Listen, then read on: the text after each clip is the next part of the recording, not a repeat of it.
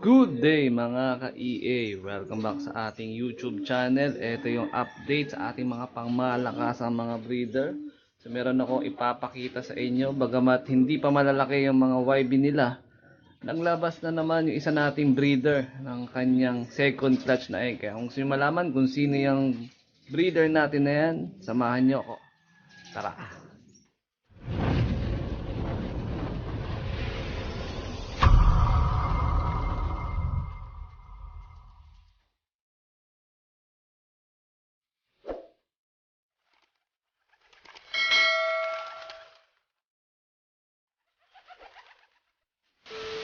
Kamustahin natin si RC nga, no? Dito sa ating stockbird section ng CAC. Ayan. So mukhang swabe lang naman yung pag-stay niya rito, no? So kahapon nga, nung last na upload natin ng video is nakwento ko sa inyo kung bakit ko nga siya nilagay dyan. So mukhang mapayapa naman yung sitwasyon niya dyan, at mas dinodominate niya nga ng yung mga kasama niyang CAC dyan, no? Yan. So mamaya sisilipin natin yung ating pliers lock. Meanwhile, At eto naman yung sitwasyon sa ating flyer section.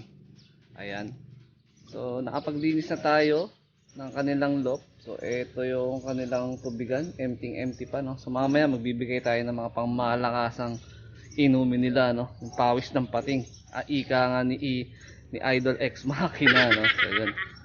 So susubukan ko magpa-low fly ngayon. So labas lang tayo ng bahagyan ng araw. Time check kasi is 7:02 AM pa lang. So napakaaga pa. Although parang may sinag na ng araw doon, pero natatakpan siya kasi ng makapal na ulap dito. So mukhang malabo naman sigurong uulan. So kaya mamaya pag e-exercise natin etong dalawang pliers, no. So hindi muna natin isasama si RC dahil nga binabartuli na natin siya doon. Gawa ng mayroon siyang kasalanan dito sa ating dalawang pliers na kanya mga pinagbubugbog na, no, ng mga nakaraang araw. At dumako tayo dito sa ating breeding section. So ito yung huli nating pinares na akala ko iskak yung isa, yung pala hen. So mukhang malapit na tong mag-egg, no. So hindi pa ako nakapag-refill ng buhangin dahil kabibili ko nga lang, medyo basa-basa pa yung buhangin na nabili ko. May nabistay na akong buhangin, yun nga lang kailangan ko pa siyang ibilad sa initan para nga matuyo ng tuluyan, no. Yan. Ayan. So ito yung pag nakikita niyo yung ganyan yung hen nyo, sinyalis na yan na malapit na mag-egg. Yung madalas ng mababa na mismo yung puwetan, no. Tapos ganyan yung pinapakita niyang body language, kumbaga. Ayan, so malapit na mag-egg yan. Kaya kailangan na natin talagang malagyan ng buhangin yung nest nila. At the same time, ito update kay John Arden at Benito Goke. So ito malamang sa alamang malamang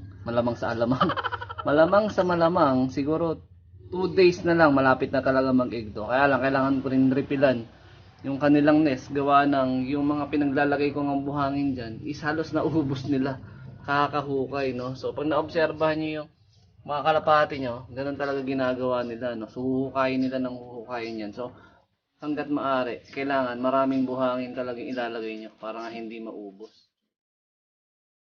At eto naman. So hindi pa rin napisa yung second egg niya, no. So bibigyan ko pa siya ng palugit dyan. Pero bahagyang malaki na yung kanilang unang napisang inakay. So ayan, hindi pa tayo nagpapakain mga ka-EA. Nagagalit si Big Boss. Ayan, gutom na raw sila. So mamaya-maya na ng konti, Big Boss, no, magpapakain ako sa inyo. At ito, yung sinasabi ko sa inyo kanina na maliit pa yung kanilang inakay, nagbuga na ng kanilang second batch at napakaganda ng itsura ng egg, no. So malaki yung size, tsaka makinis. Pero di pa natin ma-check yan kung talagang mayroong similya, no, gawa ng kakabuga niya nga lang kagabi ng egg na yan, no. So bibilang tayo ng 4 to 5 days para ma-monitor or malaman kung meron nga yung similya. Ayan, tas ito yung ating pangmalakasang off color na final clutch na nga nila, no. So kakalasin na natin to once na lumaki. Itong nag-iisa nilang inakay na yan, na pinsa yan. So good luck dahil babaklasin ko na kayo. So matagal kayong panahon na hindi magkikita, kayong dalawa, dahil maganda na rin yung binigay yung serbisyo sa akin sa EA Lock. Nakarami na rin tayo ng gift bird galing sa inyo, no. So sana magbigay ng mga magandang resulta, yung mga naging anak nyo dun sa mga napagbigyan natin or ng mga napanalunan ng mga napag-birdan natin, no? Dito sa EA Love TV. Oh my God! Wow! At eto pa, no? So kung hinahanap nyo yung ating, yan, yung si Black. So hiniwalay ko na siya, gawa ng malapit na nga mapisa yung second touch ni Black Diamond at ni African Black Eagle dito sa kanilang breeding section o breeding cage. So kailangan natin kasing pabawiin etong katawan ni ni Black Diamond dahil magsusubo na naman nga siya ng mga panibagong inakay. So update lang, no, kaya ako to na pendingan na hindi agad hihiwalay gawa ng napilayan niya to, no. So naipit yung paa niya. Pero ngayon recover na siya, nakakatayo na siya bahagya. So mamaya susubukan natin siyang i-check yung condition. Pero ano na to, legit talaga, pagaling na yung paa niya. Kaya hiniwalay ko na yung inakay na to. At ito pa yung isa natin, naka-set up na yung ating mga kainan kung mapapansin nyo. So organized tayo, no. So layer by layer, ito yung first floor, second floor, third floor, tapos yun yung sa fourth floor, no. So ganito ako magprepara ng mga patukaan sa ating breeding cage. So level by level para hindi ako malito, tsaka para mabilis ko rin maipasok. So ito kung mapapansin nyo, ayan, yung first level sa kaliwa, yung wala pang egg, tapos yung may bagong pisa. So ito yung setup. So ito kaya dalawa to, ito yung lagay ng ating breeder mix, tapos chick booster, kaya dalawa yan, hiwalay. Tapos ito breeder mix lang ilalagay ko, no. So same thing lang din dito sa third floor, yan. Yan, ito yung third floor natin. So breeder mix, chick booster, tapos yung kabilang side naman dahil wala pa naman inakay, kaya breeder mix lang din ang setup na patukan natin sa kanila, yan sa third floor. Bang! So ayan na, piyesta na dito sa taas, no. So meron ditong dalawang ibon na hindi kumakain dahil binubugbog nga nung mga dominant na hen natin na nandyan sa taas, no. Tapos eto, naninibago pa si Black sa kanyang unang pagwalay nga, no. So ito yung first day na winalay natin siya, pero marunong naman na siya tumuka dyan, no. Pero kailangan niya matuto na maging independent nga, no, dahil nga sa susunod na mga linggo lilipat ko na rin siya dun sa ating flyer section sa labas.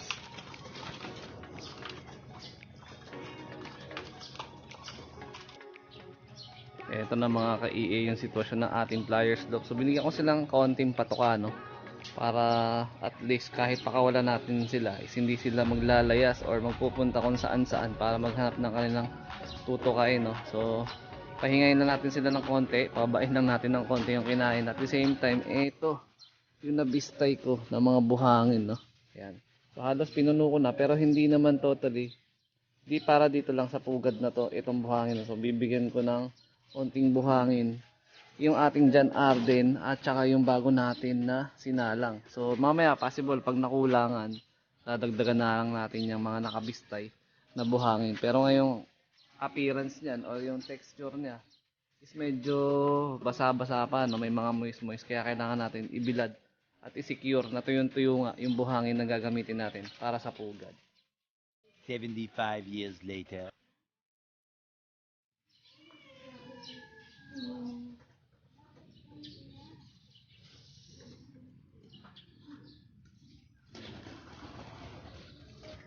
So ayun na nga mga ka-EA, ayun, pumonda na yung dalawa nating flyers. Yan. So yan dalawa na yan is 100% batcher na, no.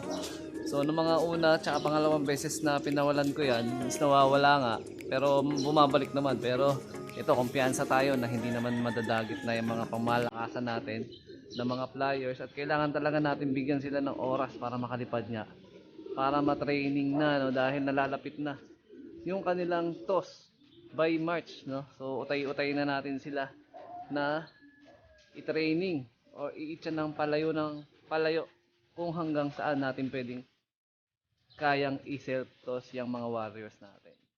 So time check ng ronda nila is 7:31 AM. So aantayin natin kung hanggang ilang minuto nga ba ronda itong mga pangmalakasan natin mga ibon, no. So mas maganda siguro kung mga at least 5 or 6 silang rumoronda sa atin dito.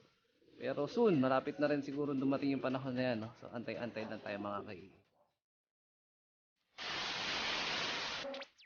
At yun na nga muna, yung latest kwentuhan at latest update natin dito sa EA Lock TV. At kung nagustuhan nyo yung ating video today, huwag nyo kakalimutan i-like and share. At the same time, kung bago ka pa lang sa ating YouTube channel, syempre, mag-subscribe at i-hit yung notification bell para maging mas updated ka pa sa mga susunod pa nating mga uploads na mga video. Then, malapit na yung ating draw by Monday or Tuesday, ma-upload ko na yung video na yan kung sino yung magiging lucky winner natin na yan. Kaya maraming salamat. Ingat kayo mga kalapatids. God bless.